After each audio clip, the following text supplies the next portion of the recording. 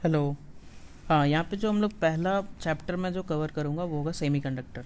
ठीक है, तो पहले तो ये बेसिक चीज़ पे बात करते हैं सेमीकंडक्टर का। यहाँ पे देखो, ये याद है वैलेंस बैंड, कंडक्शन बैंड, उसका ही बात कर रहे हैं। तो ये हो गया इंसुलेटर के लिए। ठीक है, इसको बोलते हैं कंडक्शन बैंड, इसको बोलते हैं वैलेंस बैंड। इसमें इलेक्ट्रॉन्स रहता है, वैलेंस इलेक्ट्रॉन्स। ठीक है, अब वैलेंस अगर कंडक्शन में चला गया तो वो कंडक्ट करने लगता है। ठीक है, अब वो किस में कितना होता है, जैसे इंसुलेटर में ये गैप बहुत ज़्यादा होता है, ईजी, उसको ईजी को तुम लोग बोलो फॉरबिडन एनर्जी गैप। ठीक है, सेमी कंडक्टर में वो क्या होता है, 3 इलेक्ट्रॉन वोल्ट से कम होता है और 1 से ज़्यादा होता है। मतलब ऐसा मान लो कि 3 इलेक्ट्रॉन वोल्ट से कम ही रहता है सेमी कंडक्टर के केस में। एंड वैलेंस कंडक्टर के केस में क्या होता है, ओवरलैप रहता है। देखो, यहाँ से यहाँ तक वैलेंस है और यहाँ से यहाँ कंडक्शन है, तो ये ओवरलैपिंग आ गया ना, ये वाला पार्ट। तो जो इलेक्ट्रॉन वैलेंस में है वो इधर से इधर कंडक्शन में जा सकता है कंडक्टर के केस में। जैसे मेटल हो गया, ठीक है, कॉपर हो गया। कॉपर में क्या है, यहाँ पे इलेक्ट्रॉन है, उसको जब मन किया, जैसे हमने पोटेंशियल डिफरेंस अप्लाई किया, वो कंडक्शन में चला गया, कोई एक्स्ट्रा कुछ एनर्जी देने का ज़रूरत नहीं पड़ा। ठीक है, अब सेमी कंडक्टर में क्या है, तुमको थोड़ा सा एनर्जी देना पड़ेगा, तो कुछ इलेक्ट्रॉन यहाँ से यहाँ जंप कर जाएगा, तो वो कंडक्शन हो जाएगा। और इंसुलेटर में एक भी नहीं जाएगा। तो ये जो पार्ट आया, ये जो मटेरियल आया, वो थोड़ा बहुत तो कंडक्ट कर पा रहा है, थोड़ा बहुत इंसुलेटर का प्रॉपर्टी है, थोड़ा बहुत कंडक्टर का, तो इसीलिए इसका नाम है सेमी कंडक्टर। ठीक है, इसमें कंडक्शन ज़्यादा नहीं होता लेकिन हो पाता है। इंसुलेटर में तो बिल्कुल भी नहीं हो पाता है, और कंडक्टर तो पता ही अभी हम बताएं, ओवरलैप रहता है, ईजी ज़ीरो रहता है। तो जो वैलेंस में है वो आराम से कंडक्शन में जा सकता है। ठीक है, अच्छा, यहाँ पे ये याद रखना है कि forbidden energy gap for silicon होता है 0.7 इलेक्ट्रॉन वोल्ट, और जर्मेनियम का होता है 0.3 इलेक्ट्रॉन वोल्ट। ये एनर्जी मतलब कितना एनर्जी, मतलब सिलिकॉन में के केस में अगर यहाँ पे एक इलेक्ट्रॉन है ना, तो उसको यहाँ से कंडक्शन में जाने के लिए 0.7 इलेक्ट्रॉन वोल्ट चाहिए। इलेक्ट्रॉन वोल्ट याद होना चाहिए, 0.7 इंटू इलेक्ट्रॉन का चार्ज क्या होता है, 1.6 इंटू 10⁻19 जूल, ये होता है 1 electron volt equals to this much joule. ठीक है, वही सब लिखा हुआ है। Eg is very large for insulator, that much amount of energy can't be provided. अब जैसे मान लो वुड ले लें, ग्लास ले ले, वुड में क्या है कि तुम इतना एनर्जी अगर प्रोवाइड करो, इतना हीट दे रहा है, तो वो इस एनर्जी को लेने से पहले ही वो जल जाएगा, बर्न हो जाएगा। तो ये इलेक्ट्रॉन तो यहाँ से यहाँ जा ही नहीं पाया ना, वो मटेरियल ही जल गया, तो दैट इज इंसुलेटर। उतना एनर्जी हम दे ही नहीं सकते, उससे पहले मेल्टिंग पॉइंट क्रॉस हो गया। ठीक है, मेल्ट कर गया, बर्न कर गया। कंडक्टर में कोई ज़रूरत ही नहीं है, इंसुलेटर में किसी तरह से थोड़ा बहुत देंगे तो वो कंडक्शन कर लेगा। आई थिंक ये क्लियर है।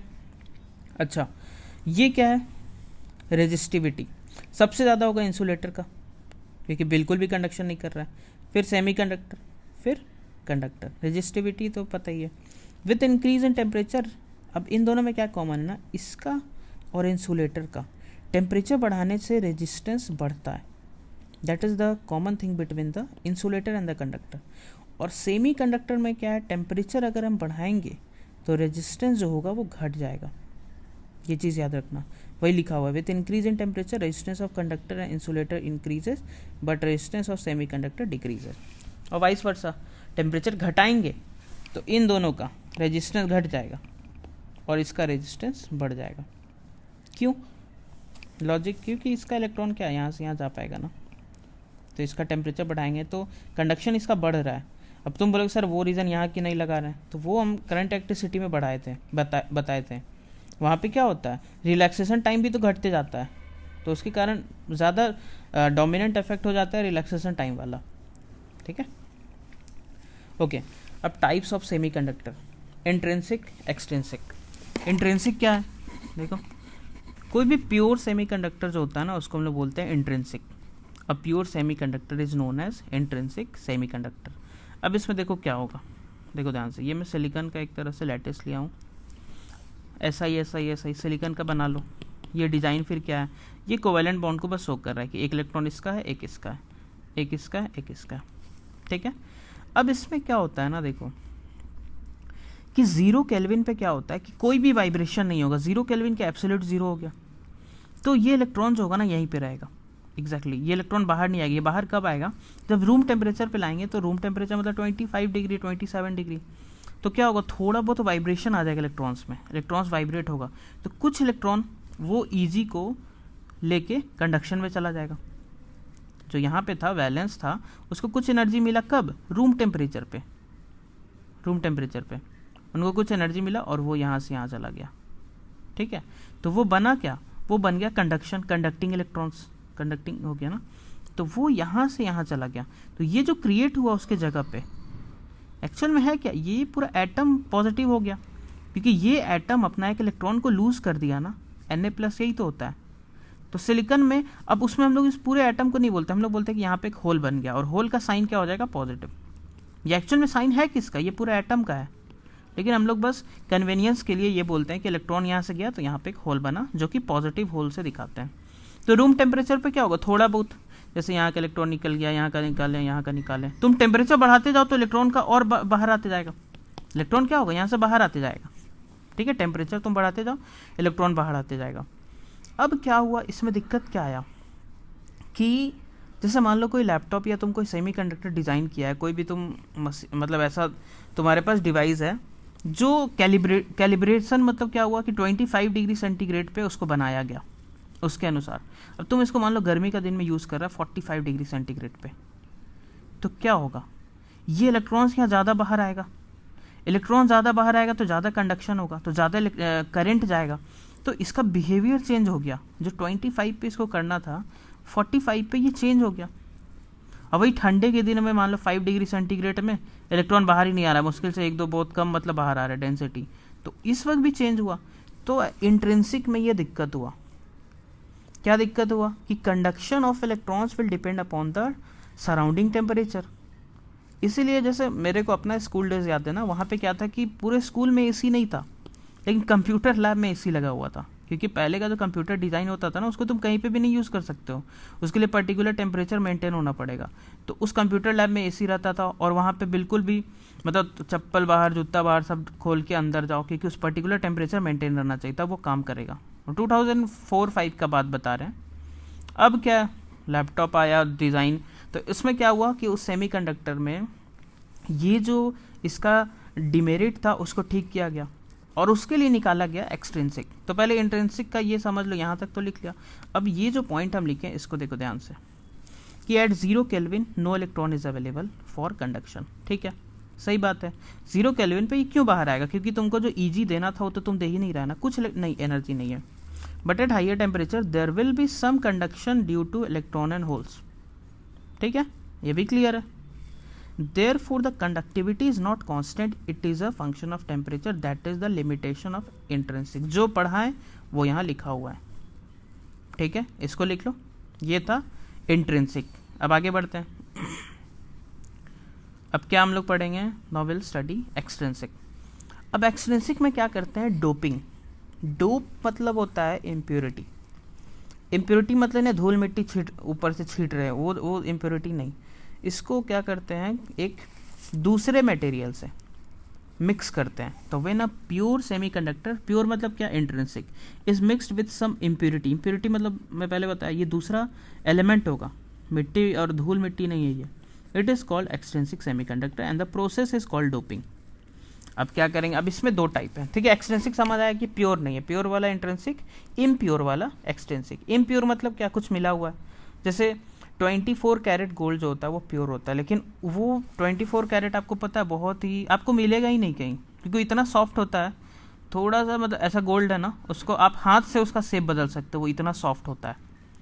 तो उसका सॉफ्टनेस तो हटाना पड़ेगा ना। अब आप लेके आए उसको, हार लेके आए और थोड़ा सा दब गया तो हार मुड़ के कुछ और बन गया, तो ऐसा नहीं करेंगे। इसलिए क्या होता है, 22 कैरेट लेते हैं और उसमें कुछ इम्प्योरिटी मिक्स होता है। तो इम्प्योरिटी करता क्या है, उसको रिजिड बना रहा है, सॉलिड बना रहा है कि वो मुड़े ना, ठीक है। तो एक तरह से वो सही ही तो है ना। वही चीज़ यहाँ पे कर रहे हैं कि इसमें कुछ मिलाएंगे हम लोग। अब यहाँ पे देखो, ये सिलिकॉन, यही सेम चीज़ यहाँ पे ड्रॉ करो। अब इसमें क्या कर रहे हैं, N type semiconductor. N type का मतलब क्या हुआ कि पेंटावैलेंट। एन मतलब निगेटिव ज़्यादा होगा इसमें, एन से याद रखो निगेटिव, पी से याद रखना पॉजिटिव। निगेटिव कब आएगा, मतलब ज़्यादा इलेक्ट्रॉन होगा। इलेक्ट्रॉन ज़्यादा के लिए हम लोग को पेंटावैलेंट लाना पड़ेगा। पेंटावैलेंट में क्या, सिलिकॉन क्या है, 4 वैलेंस होता है, 4 वैलेंस इलेक्ट्रॉन होता है। पेंटावैलेंट मतलब क्या, फास्फोरस लाएंगे, फास्फोरस में 5 होता है। अब क्या होगा, जैसे मान लो फास्फोरस का एक एटम आया यहाँ पे, ठीक है, ये एक यहाँ, दो यहाँ, तीन, चार से तो बॉन्ड बना लिया। इसका जो पांचवा इलेक्ट्रॉन होगा ना उसको जगह ही नहीं मिला, क्योंकि बाकी आसपास सारा सिलिकॉन है। तो ये जो पांचवा बना इसको फ्री होना पड़ेगा, फास्फोरस को इसको फ्री कर देगा, ठीक है। तो वो हम बताएंगे कि उसका डोनर लेवल कहाँ पे होता है, वो भी आगे हम कॉन्सेप्ट बता रहे हैं। तो ये जो इलेक्ट्रॉन है ना ये ईजिली कंडक्शन बैंड में जा सकता है, ईजिली, क्योंकि एग्जैक्टली यहाँ पे होता है इसका, ये जो फास्फोरस का जो इम्प्योरिटी लेवल होता है यहाँ पे, तो तुरंत ही कूद के इसमें चला गया, ठीक है। वो बताएंगे आगे, अभी इसको छोड़ दो। तो क्या हुआ, एक फास्फोरस से एक इलेक्ट्रॉन मिला। अब बाकी रूम टेम्परेचर के कारण कुछ तो बाहर आ रहा है, जो कि यहाँ पे बताए थे पहले वाले में। तो कुछ रूम टेम्परेचर के कारण और फास्फोरस के कारण ये इलेक्ट्रॉन बाहर आए। तो यहाँ पे कौन ज़्यादा बढ़ा? अच्छा, एक चीज़ और देखना है कि इंट्रिंसिक में देखो होल्स और इलेक्ट्रॉन का नंबर बराबर होगा ना, जितना होल उतना इलेक्ट्रॉन, क्योंकि टूटा तो दोनों बना एक साथ, जैसे north and south pole type का। इलेक्ट्रॉन अगर बाहर आए तो होल क्रिएट ही, लेकिन यहाँ पे वैसा नहीं है। ये जो इलेक्ट्रॉन जो फ्री हो रहा है फास्फोरस का, वो होल थोड़ी क्रिएट कर रहा है, उसको तो फास्फोरस खुद ही भेज दिया। लेकिन ये सब जो पेयर्स है उसके कारण होल्स आ रहा है। तो जैसे मान लो यहाँ पे कितना हुआ, एक होल, दो होल, तीन होल है, और एक, दो, तीन, चार, पाँच इलेक्ट्रॉन। तो ज़्यादा कौन हुआ इलेक्ट्रॉन, इसका मतलब निगेटिव, इसलिए इसका नाम है एन टाइप, ठीक है। That is the reason. इसको लिख लो, ड्रॉ कर लो इसको। इसका मतलब यहाँ पे दोनों काम हो रहा है, रूम टेम्परेचर के कारण भी हो रहा है और फास्फोरस ऐड करने के कारण भी। तो तुमको अगर इलेक्ट्रॉन को ज़्यादा बढ़ाना है तो फास्फोरस ज़्यादा ऐड कर दो, ठीक है। अच्छा, with 1 p atom we are getting 1 extra electron. It is a simple way to increase conductivity. ज़्यादा कंडक्टिविटी करना, ज़्यादा फास्फोरस डाल दो। इसमें Ne, ये क्या, डेंसिटी, चार्ज कैरियर का डेंसिटी। तो Ne मतलब charge density of electrons, number of electron, sorry number of electron per unit volume बोल दो, Ne। और NH number of holes per unit volume. तो Ne ज़्यादा होगा ना, क्योंकि हम लोग बहुत ज़्यादा फास्फोरस डाल देते हैं, तो इसका इलेक्ट्रॉन मतलब होल्स के मुकाबले बहुत ज़्यादा बढ़ जाता है। अच्छा, इसमें मेजॉरिटी कौन हुआ, इलेक्ट्रॉन हुआ। माइनॉरिटी कौन हुआ, होल्स हुआ। कम है holes, majority. It is electrically neutral, ये याद रखना है। बहुत लोग ऐसा एन टाइप तो निगेटिवली चार्ज, नहीं, एन टाइप है। ये जो इलेक्ट्रॉन है ये तो क्रिस्टल में ही तो है ना, ये बाहर अगर आ जाए तब तो इस पर पॉजिटिव चार्ज आएगा, समझ आ रहा है। ये फास्फोरस अपना इलेक्ट्रॉन दिया, वो तो अभी अंदर ही है ना, तो नेट तो न्यूट्रल है। पहले से जो सेमीकंडक्टर वो भी न्यूट्रल, फास्फोरस डाले वो भी न्यूट्रल, तो ये दोनों मिलकर चार्ज कैसे होगा? जब तक हम लोग इसमें से इलेक्ट्रॉन बाहर नहीं निकालेंगे तब तक तो ये चार्ज नहीं होगा। तो अभी तक इसमें से तो बाहर नहीं आ रहा है, फास्फोरस अपना बाहर बस कर दे रहा है, फास्फोरस पे चार्ज आ रहा होगा कुछ, लेकिन ये जो क्रिस्टल है जो सेमीकंडक्टर का वो तो न्यूट्रल है, ठीक है। तो don't get confuse that it is negatively, ये न्यूट्रल ही है। अच्छा, पी टाइप का बात करते हैं। पी टाइप में क्या होगा, ट्राईवैलेंट। देखो ध्यान से, पी टाइप में देयर विल बी, ये लिख लो पी टाइप, ये सिलिकॉन का फिर से बना। इसमें क्या हो जाएगा, ट्राईवैलेंट में अल्युमिनियम लेते हैं, इसमें Al जब आएगा तो Al के पास है 3 इलेक्ट्रॉन, 3 से कोवैलेंट बनाया, एक का ज़रूरत नहीं, एक का जगह ही नहीं बचा ये। तो यहाँ पे क्या बन गया, होल बन गया। देखो यहाँ पे भी क्या है, होल बन गया। और ये पेयर तो एग्जिस्ट कर ही रहा है। ये सब किसके कारण है, ये रूम टेम्परेचर, ये जो इलेक्ट्रॉन बाहर आ रहा है। इसमें कौन ज़्यादा होगा, होल्स। 1 2 3 4 5 इलेक्ट्रॉन 3 ही है, तो इसका बस उल्टा कर दो, रिवर्स। इसमें क्या होगा, NH will be greater than Ne। Majority कौन हो जाएगा, होल्स। माइनॉरिटी कौन हो जाएगा, इलेक्ट्रॉन्स। ये भी इलेक्ट्रिकली न्यूट्रल होगा, ठीक है। It is also electrically neutral. यहाँ तक तो क्लियर है। ये भी लिख लो, without the trivalent atom we will get an extra hole. Okay, हाँ, ये हम बात कर रहे थे जो हम बताने का। अब देखो एन टाइप में क्या था, कौन ज़्यादा आ रहा था, इलेक्ट्रॉन। इलेक्ट्रॉन को कहाँ जाना है, कंडक्शन में, तो ये इसके क्लोज रहता है, कंडक्शन बैंड के क्लोज में इसका डोनर इम्प्योरिटी लेवल होता है। मतलब जो तुम इम्प्योरिटी बाहर से ला रहा है वो तो डोनेट करने वाला है, ठीक है। क्या डोनेट करने वाला है, इलेक्ट्रॉन। तो उसको किसके क्लोज में रहना चाहिए, कंडक्शन के क्लोज में, क्योंकि वैलेंस में कर दिया तो क्या फ़ायदा फिर, वैलेंस में तो ऑलरेडी इलेक्ट्रॉन है, तो इसमें रहता है। और ये 0.01 इलेक्ट्रॉन वोल्ट मान लो। पी टाइप में क्या है, होल्स। होल्स मतलब पॉजिटिव एटम, तो वो तो इसमें जाएगा ना, होल्स इसमें कभी नहीं आ सकता, पॉजिटिव होल्स इसमें कभी नहीं आएगा। इसमें सिर्फ किसका जगह है, इलेक्ट्रॉन्स का, वो भी किसका, कंडक्शन, जो यहाँ से निकल के यहाँ आ रहा है। बाकी होल इसमें रहेगा पॉजिटिव। होल मतलब क्या है, वो एटम ही तो है जिसके ऊपर चार्ज बच गया। तो पी टाइप में हम लोग को क्या मिलने वाला है, होल। तो पी टाइप किसके क्लोज होगा, वैलेंस बैंड के क्लोज होगा। और इसका भी ये इतना एनर्जी मान लो 0.01 इलेक्ट्रॉन वोल्ट। ठीक है, आई होप यहाँ तक क्लियर है। ओके हाँ, अब ये देखो I equals to I E plus I H, ये आखिर हम क्या लिखे हैं देखो, इसमें क्या होता है ना कि इलेक्ट्रॉन जो है वो किधर मूव कर रहा होगा। इलेक्ट्रॉन जैसे मान लो यहाँ पे इलेक्ट्रॉन है, ऐसे समझा रहे हैं, और ये होल्स ऐसा, सॉरी होल एक ऐसा है और बाकी ऐसा इलेक्ट्रॉन है। तो क्या होगा, ये इस पे जंप किया, होल पे पॉजिटिव है, तो ये जब यहाँ से जंप किया तो यहाँ पे इलेक्ट्रॉन तो आ गया और यहाँ पे होल बना, वो अपना जगह छोड़ दिया वहाँ पे।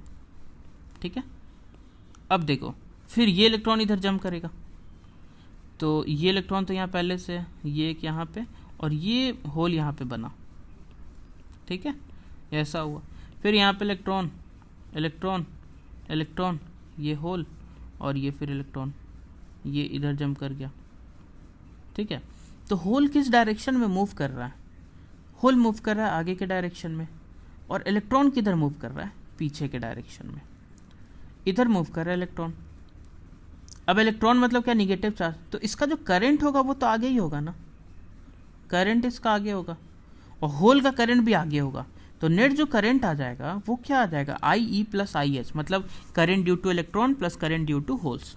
मूव दोनों अपोजिट डायरेक्शन में कर रहा है, लेकिन इलेक्ट्रॉन मतलब निगेटिव चार्ज, और निगेटिव के अपोजिट में करंट जाता है, पॉजिटिव के सेम डायरेक्शन में, तो करंट का डायरेक्शन दोनों का मैच कर जाएगा। ठीक है, तो वही चीज़ यहाँ पे लिखे हैं कि नेट करंट क्या हो जाएगा, I E plus I H. अब तुमको पता है I equals to N A V D E, लगा दो। आई मतलब एन ई, ए तो क्या होता है, क्रॉस सेक्शनल एरिया। ठीक है, वी डी एन ई, तो यहाँ पे भी एन एच से वो लिख लेंगे। तो ये तो एक फॉर्मूला आया सिंपल सा।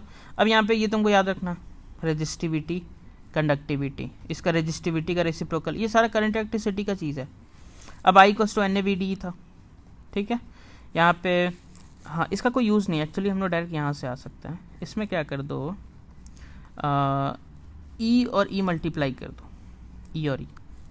अब ई टाउ बाई एम को वी डी लिख सकते हैं, ये चीज़ वी डी हो गया। वी डी क्या होता है, ई टाउ बाई एम।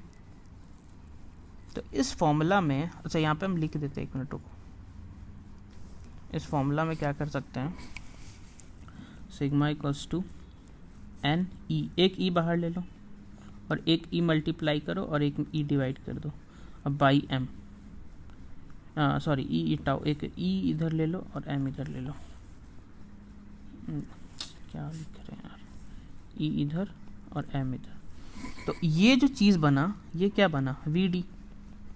तो वही चीज़ यहाँ पे आया देखो, N E by E into V D. ठीक है, N E by E into V D, और वो सिग्मा है।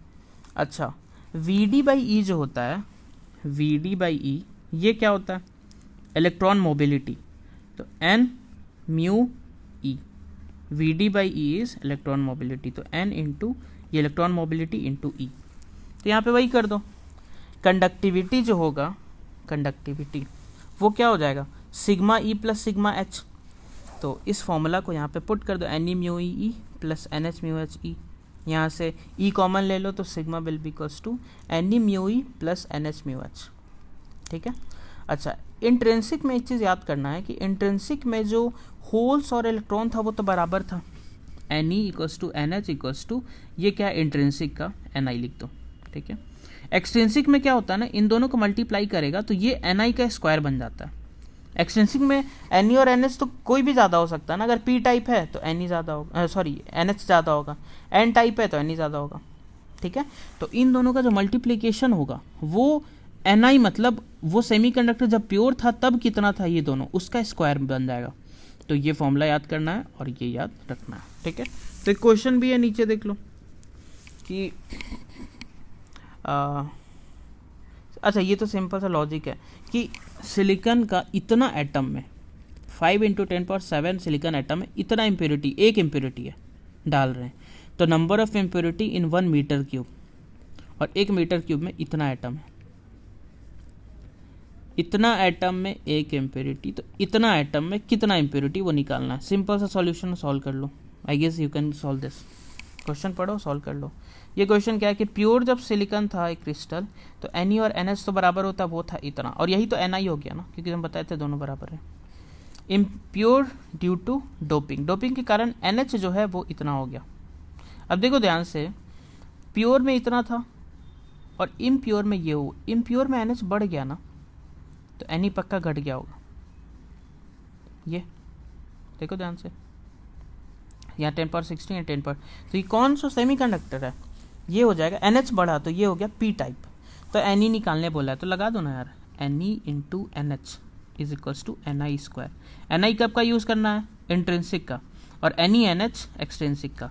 तो Ne इंटू NH गिवन है, Ni गिवन है, सॉल्व कर लो, Ne आ जाएगा। ठीक है, तो आई होप इससे क्लियर होगा। इसके बाद हम लोग क्या पढ़ेंगे, इसके बाद हम लोग पढ़ेंगे PN जंक्शन। ठीक है, तो दैट विल बी लेक्चर 2। ये बेसिक पूरा था, इसको क्लियर कर लो।